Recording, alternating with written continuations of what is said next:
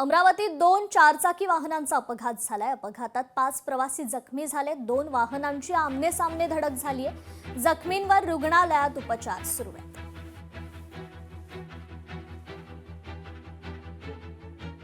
एका 17 वर्षीय युवकाचा पाण्यात बुडून मृत्यू झालाय। नागपूरच्या केळवद परिसरातील ही घटना आहे। पाण्याच्या खोलीचा अंदाज न आल्याने ही दुर्घटना घडली।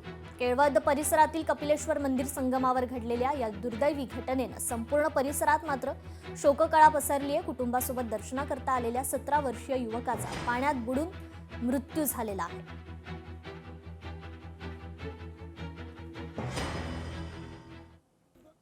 छत्रपती संभाजीनगरमध्ये धावत्या कारला भीषण आग लागली। घटनेमुळे महामार्गावरील वाहतूक 1 तास ठप्प झाली होती।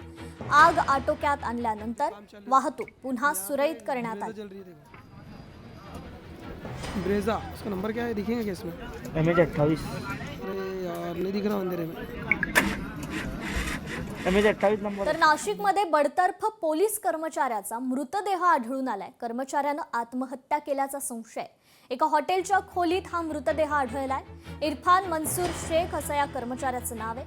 हल्ल्यात सहभागी असल्यानं कर्मचाऱ्याला बडतर्फ करण्यात आलं होतं आणि याच कर्मचाऱ्याचा आता मृतदेह आढळून आलाय।